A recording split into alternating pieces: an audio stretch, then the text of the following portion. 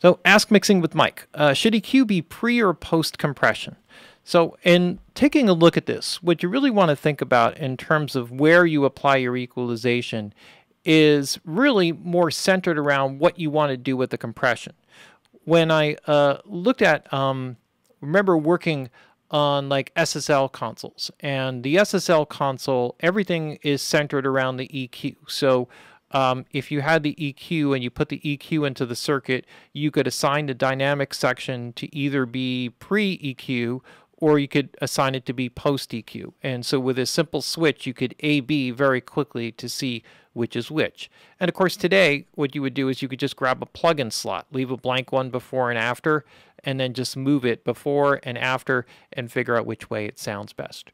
But here's my philosophy in terms of working with this. So the first thing that you have is you have your original sound, which has whatever kind of frequency response that it has to it. And let's just say this is an acoustic guitar.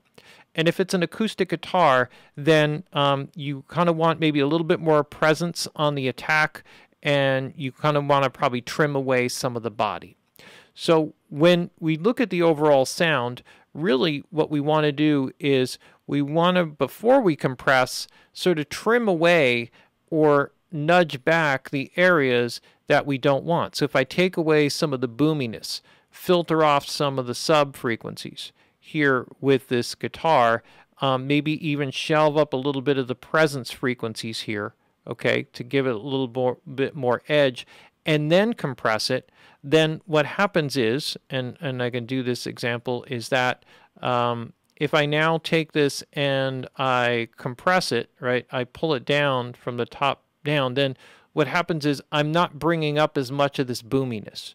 So in other words, if I compress, if I EQ after I compress, then what's going to happen is if I don't filter away that boominess of the guitar and it's not present enough in the higher frequencies, I am going to make that imbalance more so in the compression. In other words, my EQ is now going to be less efficient filtering and shelving off the same amount of low end after the compressor than before.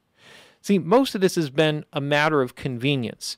So historically, if you're working with the EQ to really shape sound and you have the compressor after the EQ, one of the biggest problems is that as you add gain in the EQ stage, you add gain, now you're affecting the compression and the threshold.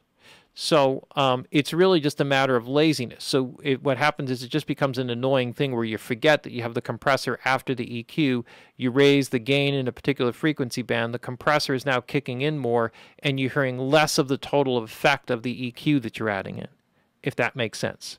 So this is where the problem really occurs.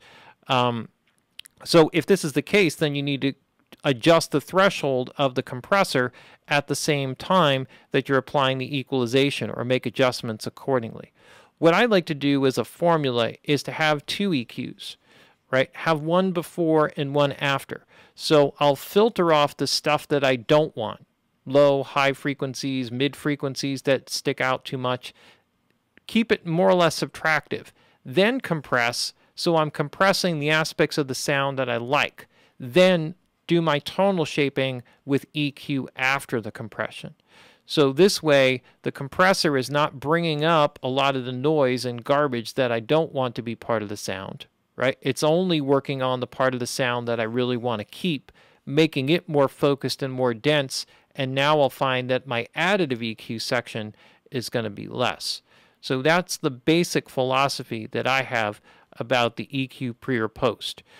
In the days of analog, you probably were stuck with how many EQs that you actually had. In the plugin world, you could just keep layering them on, only limited by the amount of processing power. So why not take this approach and use and take advantage of the fact that you can layer on and have multiple EQs, not just one in a particular setup. Okay, so that answers the question. Should EQ pre or post compression? Both is the answer.